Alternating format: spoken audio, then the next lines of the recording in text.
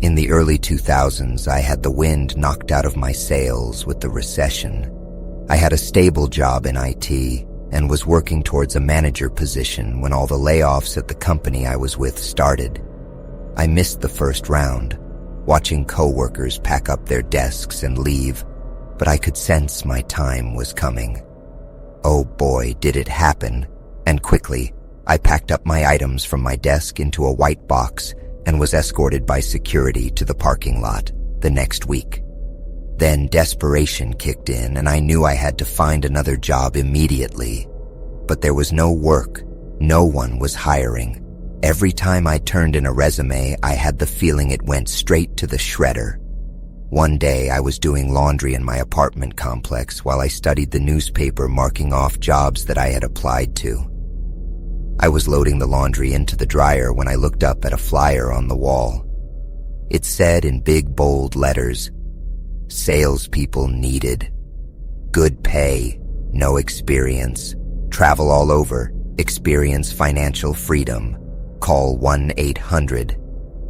I pulled the flyer off the wall, shrugged, and mumbled, "What's it going to hurt to try?" Folding it in half, I shoved it into my pocket, carrying on with my laundry duties.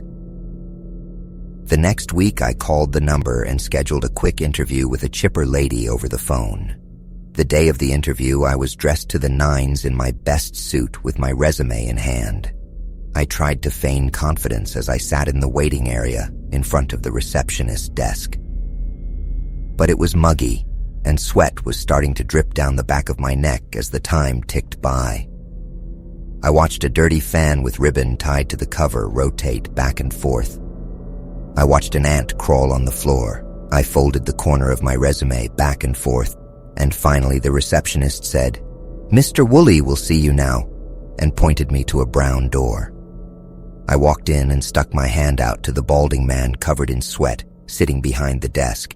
He waved my hand away. He adjusted in his chair as the buttons on his shirt strained, showing his belly. Then he coughed. "Did you fill out the paperwork?" He grumbled as he pushed his glasses up his nose. "Yes, sir, I did. I also included a copy of my driver's license and my resume."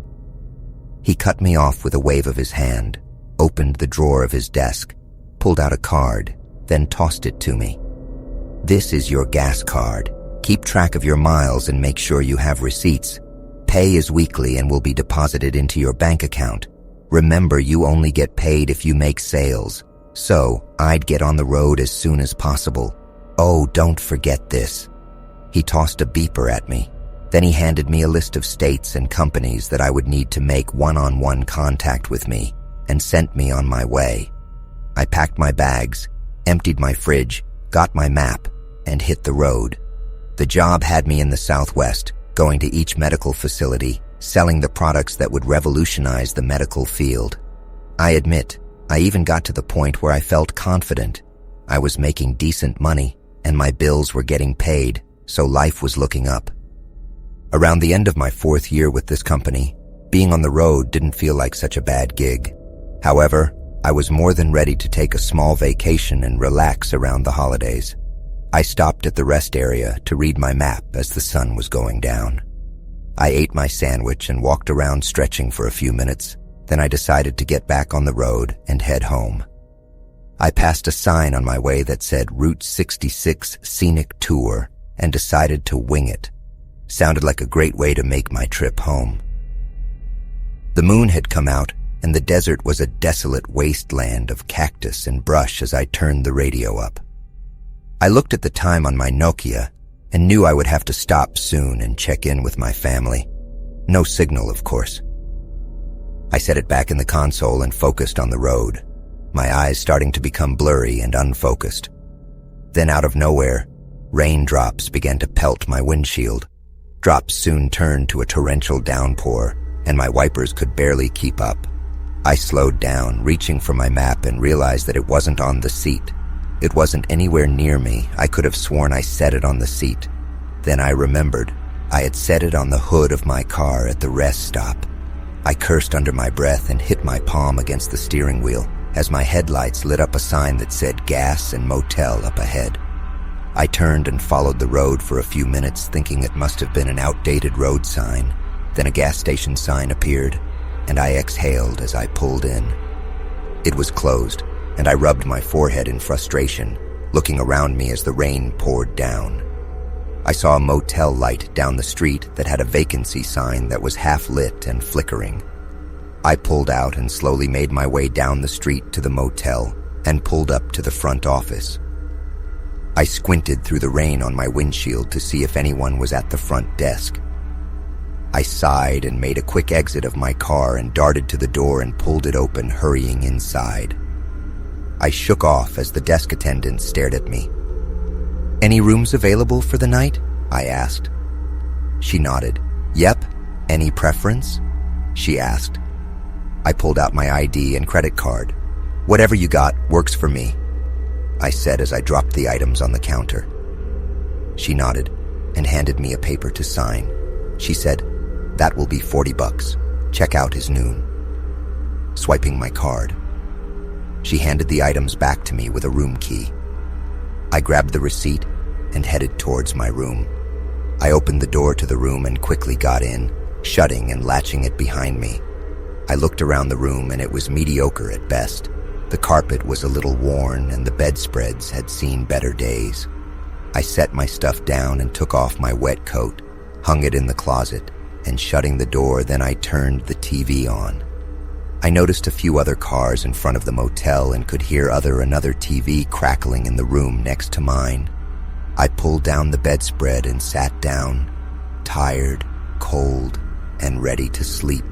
As creepy vibe as this place was putting off, it was better, in my opinion, than being on the side of the road in the rain.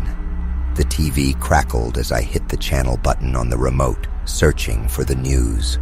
I landed on a channel and decided to lay back and rest, keeping my attention on the newscasters as they spoke about the economy. I nodded off the only light in the room from the glow of the TV illuminating the darkness. Suddenly the phone rang and I jumped, grabbing it quickly and muttering hello. But there was no one on the line. Startled and confused, I hung the phone up. I reached down and picked the phone up again, no dial tone. I put the phone in the cradle, then I realized there was no cable connected to the phone. Confused, I looked around the nightstand, picking up the whole phone before setting it down. I knew I was tired, maybe it was a dream. I sighed and leaned back on the pillow, closing my eyes again. Then I heard a click, and the light from the bathroom came on. I shot straight up in the bed, staring towards the bathroom, my eyes focused on the light. Now I am really thinking at this moment that I have been on the road too long. I got up and walked to the bathroom and flicked the light off, on, off, then back on. Rubbing my face in disbelief, I turned the light off and walked back to the bed. Sitting down, I looked around the room. I must be losing my mind. This is all in my head. I leaned back against the pillows, letting myself relax. Sleep was taking over again. Suddenly, the microwave in the corner beeps and turns on, and the phone rings at the same time, while the volume of the TV went to max. I jumped up, running to the door, putting my back against it. My heart was pounding out of my chest now as I shook violently, looking from corner to corner. I looked at the clock, 2 a.m. It's the middle of the night, and this storm isn't letting up. I am stuck in this room with whatever this is, and I am terrified. I opened the door and stared into the downpour, my eyes looking across the parking lot at the other side of the motel, where construction looked to be taking place. It was creepy, dark, and the wind was howling as the rain came down. I thought about my options: sleep in the car or stay in this room. I shut the door slowly. I packed my items back into my suitcase. Then I slowly sat down on the bed, my eyes darting around the room. I spoke up, my voice cracking a little. "Please leave me alone, whatever you are. I am tired and want to sleep." I laid down again. I turned my attention to the infomercial that was now on the screen. Suddenly, at the foot of the bed, I see a shadow run through the door, across the room, to the opposite wall, then through the closed closet door. I heard screaming and something crashed into the floor in the room on the other side of that wall. I jumped up and walked over to the closet, my hands trembling as I raised them up to open the closet. I stood there for what seemed like forever. Then I heard the screams on the other side of the wall again. I flung the closet door open, and what I saw would be forever etched into the corners of my brain. It was that shadow, but it was a woman. Her eyes were sunken in. Her mouth was stretched ear to ear. Her skin was pallor, and her hands had ghastly long fingers that grabbed the frame of the closet as she leaned towards me. She opened her mouth and screamed, a scream so loud that my eardrums popped as I fell to the floor on my back. She crawled her way out of the closet towards me, her neck cracking and her mouth clicking as I crawled backwards trying to get away. I got my footing, grabbing my stuff off the bed. I ran towards the door trying to escape as I saw her figure out of the corner of my eye, leaping from bed to bed, her shape changing and stretching in each direction. As she leapt, it looked as though many hands with long, gross fingers were reaching out from her in all directions, grasping at the air. She screamed again and went through the window, out into the darkness. I turned around with my back to the door, clutching my suitcase, frozen in terror. What I saw made no sense. What happened made no sense. I was never one for the paranormal, not until that moment, for whatever that thing was, it truly changed my mind. I sat with my back against the door, my suitcase against my chest, staring at that room until the sun came up. I seized that moment, flung the door open, and ran to my car. There was man parked next to me, loading his suitcases into his car and staring at me as I shoved my suitcase into the back seat and jumped in the driver's seat, peeling out of the parking lot. When I got back home, I started to apply for other jobs, realizing the road wasn't where I wanted to be. I don't know what that was. Maybe I don't want to know. I should have never opened that closet. I should have just slept in my car. But regrets aside, I still see that thing in my dreams sometimes. I will wake up drenched in sweat and trembling, thinking I am back in that room.